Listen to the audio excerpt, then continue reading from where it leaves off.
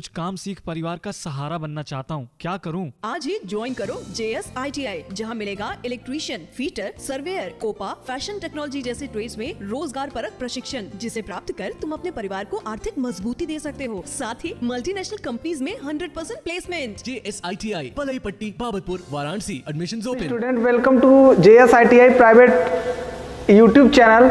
बच्चों, आज हम लोग जो पढ़ने वाले हैं वो बेसिक इलेक्ट्रिसिटी के न्यूमेरिकल को पढ़ने वाले हैं। आप लोग को PDF में दिया गया था ना, व्हाट्सएप पे मैंने शेयर भी किया था, आप कुछ लोगों ने करके भी भेजा था, तो उसे आज मैं डिस्क्रिप्टिव हल कराने वाला हूँ। यहाँ पे ध्यान देने वाली बात ये होगी कि मैं सारे क्वेश्चन को डिस्क्रिप्टिव हल नहीं कराने वाला हूँ, मैं वही क्वेश्चन डिस्क्रिप्टिव में हल करवाऊंगा जो कि जरूरी होगी। अदरवाइज मैं ऑप्शन वाइज हर एक को बताते जाऊंगा, ठीक है। पहला क्वेश्चन यहाँ पे देखो, 89 से शुरू करके 108 तक क्वेश्चन है।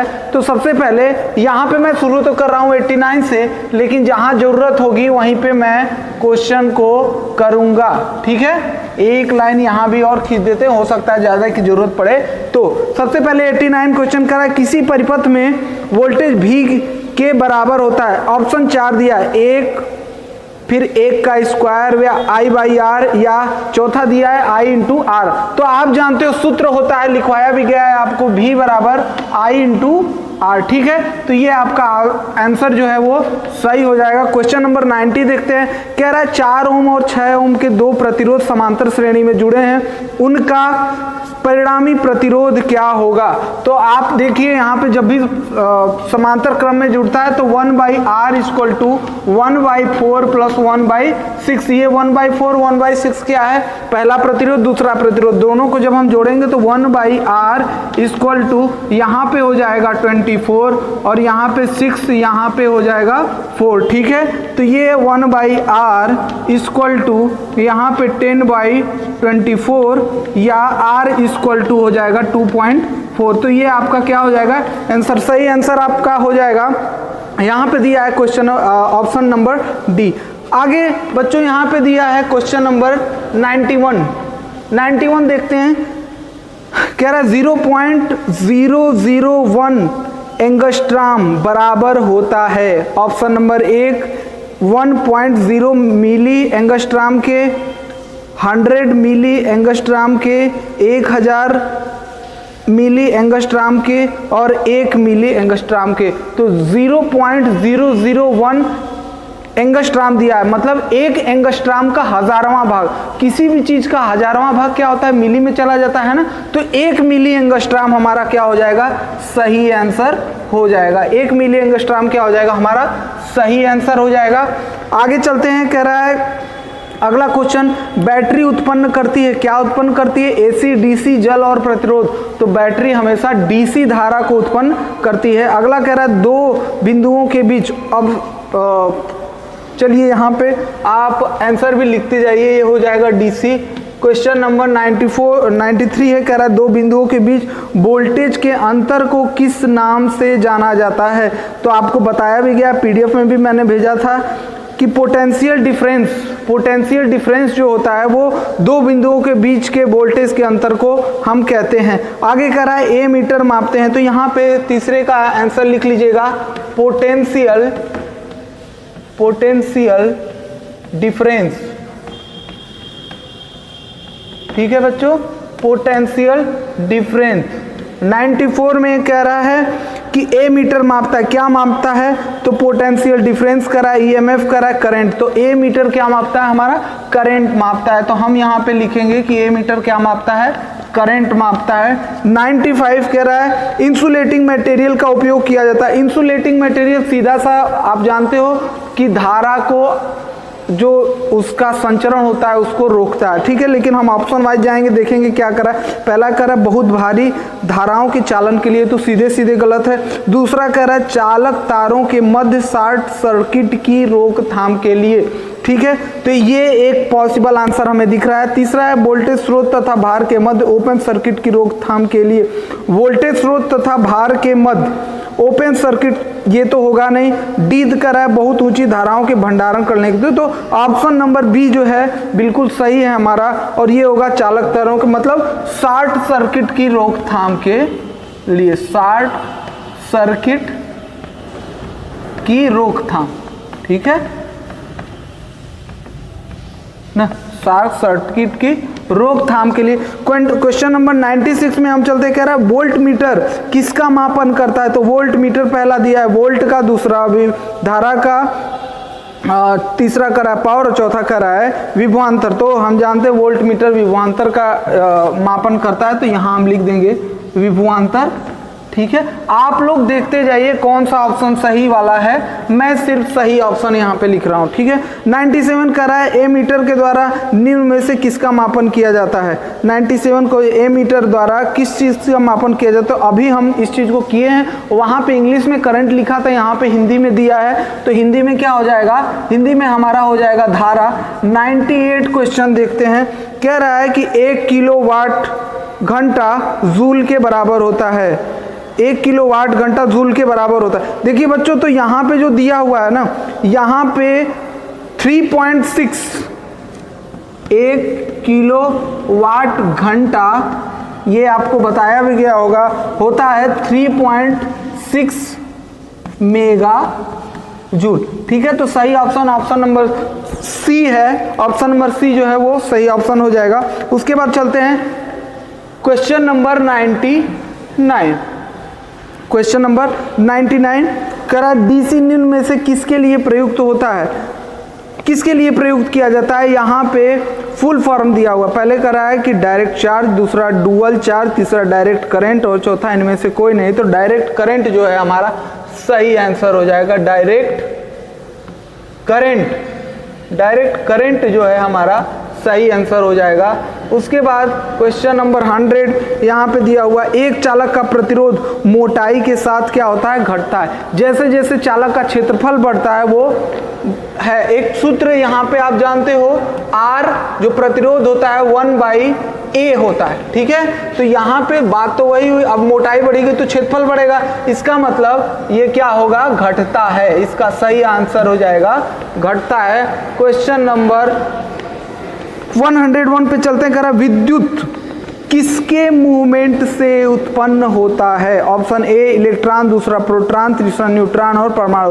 तो इलेक्ट्रॉनों के प्रवाह को हम क्या कहते हैं? विद्युत कहते हैं। तो यहाँ पे ये आपका सही आंसर हो जाएगा इलेक्ट्रॉन। ठीक है बच्चों, 102 क्वेश्चन पे चलते हैं। 102 क्वेश्चन में कह रहा है, सॉरी ये जो क्वेश्चन था ये था 102, हम 101 पे चलते हैं। ठीक है, 101 पे कह रहा है कि 2 एम्पियर खींचने वाले 10 ओम के प्रतिरोध में शक्ति ह्रास होगा। तो यहाँ पे देखिए I बराबर 2 एम्पियर दिया हुआ है। ठीक है, और R इक्वल टू दिया हुआ है 10 ओम। ठीक है, और यहाँ पे पूछ रहा है शक्ति ह्रास होगा। तो आप जानते हो शक्ति बराबर I स्क्वायर, R सूत्र जानते हो, I का स्क्वायर करोगे 2 स्क्वायर इंटू 10 या P इक्वल टू 4 इंटू 10 40 हो जाएगा। ठीक है, तो ये आपका आ जाएगा। आंसर भी यहाँ पे दिया हुआ है 40 वाट। ठीक है, उसके बाद अगला क्वेश्चन 103 है। 103 में कह रहा है कि वह धारा जो निश्चित समय, मान और दिशा में एक निश्चित क्रम में उतार या चढ़ाव होता है कहलाता है। तो आप जानते हो 2 तरह की धाराएं होती हैं, एसी और डीसी। एसी में जब आप ग्राफ बनाते हो तो ये इस तरीके से बनता है, और डीसी में जब आप ग्राफ बनाते हो तो इस तरीके का बनता है। पूछ रहा है कि नियत समय के अनुसार ये लगातार बदलती रहती है, तो आपका क्या हो जाएगा? एसी जो है वो सही होगा। यहाँ पे 4 ऑप्शन दिया, देखिए शब्दों का खेल समझिए। यहाँ पे ऑप्शन ए का है प्रत्यक्ष धारा, दूसरा एकांतर धारा, तीसरा विद्युत स्थैतिक धारा और चौथा रिसाव धारा। तो रिसाव धारा लीकेज धारा होती है, उससे कोई मतलब है नहीं। पहला है प्रत्यक्ष धारा, तो वो डायरेक्ट करंट हो जाएगा। उसके बाद एकांतर धारा, नाम से समझिए एक के अंतर पे लगातार जिसमें फ्लक्चुएशन हो रहा है, तो हम यहाँ पे क्या समझेंगे? एसी होता है, और एसी को उसने क्या लिख दिया है? एकांतर धारा लिख दिया। ठीक है, अगले पे चलते हैं। तो यहाँ पे क्वेश्चन नंबर 104 पे हम चलते हैं। क्वेश्चन नंबर 104 यहाँ पे कह रहा है कि 20 वोल्ट के एक वोल्टेज से जुड़े हुए 10 ओम के प्रतिरोध द्वारा प्रवाह करने वाली धारा होगी। अब यहाँ पे देखिए 20 वोल्ट, V बराबर 20 दिया हुआ है, 20 वोल्ट दिया हुआ है, और R बराबर क्या दिया हुआ है? R बराबर दिया हुआ है 10 ओम दिया हुआ। और पूछ क्या रहा है हमसे पूछ रहा है प्रतिरोध के द्वारा प्रवाह होने वाली धारा, I पूछ रहा है। ठीक है, तो हमने अभी ये सूत्र यहाँ पे देखा भी है, यहाँ पे कहीं पे था V बराबर I इंटू आर, खायल मिल नहीं रहा है, यही होगा, आप देख लेना। V बराबर I इंटू आर होता है और अपन को क्या चाहिए, I चाहिए, तो V बाई आर हो जाएगा और यहाँ पे V के जगह 20, इसके जगह, ठीक है। तो 2 एम्पियर हमारा सही आंसर हो जाएगा, ठीक। 105 नंबर पे हम चलते हैं। 105 नंबर क्या कह रहा है, कह रहा है यदि 750 मिली एम्पियर की विद्युत धारा 11 किलो ओम के प्रतिरोध के साथ प्रवाहित होती है तो रजिस्टर के अक्रॉस वोल्टेज कितना होगा, ठीक है। यहाँ पे फिर वही चीज I इक्वल टू 750, ठीक है, माइक्रोन एम्पियर में, म्यू का मतलब होता है माइक्रोन, ये ध्यान देंगे, माइक्रोन एम्पियर मतलब 10⁻⁻�6 हो गया, ठीक है। अगला I बराबर तो इतना दिया हुआ है और एक चीज और दिया हुआ है कि R इक्वल टू 11 के ओम, 11 के ओम, ठीक है, मतलब किलो में दिया हुआ है। K का मतलब किलो होता है, मतलब 10⁻³ और जहां इस तरीके का माइक्रोन दिखाई दे इसका मतलब 10⁻⁻6 है, ठीक है। तो आगे करके देखते हैं और अपन से पूछ क्या रहा है, पूछ रहा है कि अक्रॉस वोल्टेज V, तो V बराबर I इंटू आर हो गया। I का मान हमने रखा 750 इंटू 10⁻⁻6 और 11 इंटू 10⁻3। अब इन दोनों का हम क्या करेंगे, दोनों का गुणा करेंगे। इन दोनों का जैसे ही आप गुणा करोगे और 750 गुणे इतना, इन दोनों का गुणा करोगे तो आपका आ जाएगा 11 5 55, 11 7 77 और 5 अगर आप उसमें जोड़ दोगे तो ये हो जाएगा बच्चों 82 इंटू 10 टू पावर कितना आ रहा है, 10⁻⁻3 आ रहा है। जब इसको आप इधर करोगे तो 1 2 3 यहाँ पे आ जाएगा। एक चीज और, यहाँ की 0 1 बच रहा है तो ये यहाँ आ जाएगा, मतलब आपका उत्तर आने वाला है 8.25 इंटू 10, हाँ नहीं सीधे है 3 इधर आ गया तो यहाँ पे आ जाएगा 10, ठीक है। तो 8.25 ओके, सही वाला आंसर हो जाएगा। जगह तो नहीं बच रही सर, जगह बच रही, ठीक है, तो जगह बच रही है। कुछ क्वेश्चन और हम लोग कर लेते हैं, 3 क्वेश्चन बचे हुए, मैं ऐसे ही बता देता हूं आपको। विभवांतर की धारा नियंत्रण का क्या लाभ है, तो इसमें ऑप्शन नंबर सी, यह अधिक धारा को नियंत्रित कर सकता है, ये ऑप्शन नंबर सी सही होगा। किसका, 106 का, तो मैं यहाँ लिख दे रहा हूँ 106 का ऑप्शन नंबर सी जो है सही हो जाएगा। 107 शॉर्ट सर्किट की स्थिति में सर्किट में प्रवाहित धारा होती है, तो शॉर्ट सर्किट की स्थिति में सर्किट में प्रवाहित धारा का मान क्या होता है, अनंत होता है। ये थ्योरेटिकल पार्ट है, ये आपको बताया गया है। 107 तो यहाँ पे आपका क्या हो जाएगा, अनंत जो है सही ऑप्शन हो जाएगा। उसके बाद करा है 108, एक मोटर P की आउटपुट पावर 3425 जूल पर सेकेंड है, ठीक है। यह 1 घंटे लगातार चलता है, तो ऐसे में उसके द्वारा अवशोषित ऊर्जा किलोवाट घंटा में ज्ञात कीजिए। किस में ज्ञात करना है, किलोवाट घंटा में ज्ञात करना है। तो किलोवाट घंटा यहाँ पे मैं बता दे रहा हूँ, 108 क्वेश्चन है, इसका एक सूत्र होता है kVH बराबर होता है पावर इंटू हावर अपॉन 1000, ठीक है। अब हम देखेंगे पावर का मान कितना दिया हुआ है, तो पावर का मान यहाँ पे दिया हुआ है 3425, ठीक है, 3425 दिया हुआ है, इंटू हावर कितना है, 1 घंटे चल रहा है, अपॉन 1000 कर देंगे, तो इसमें आपका आंसर जो आने वाला है वो 3.425 आ जाएगा।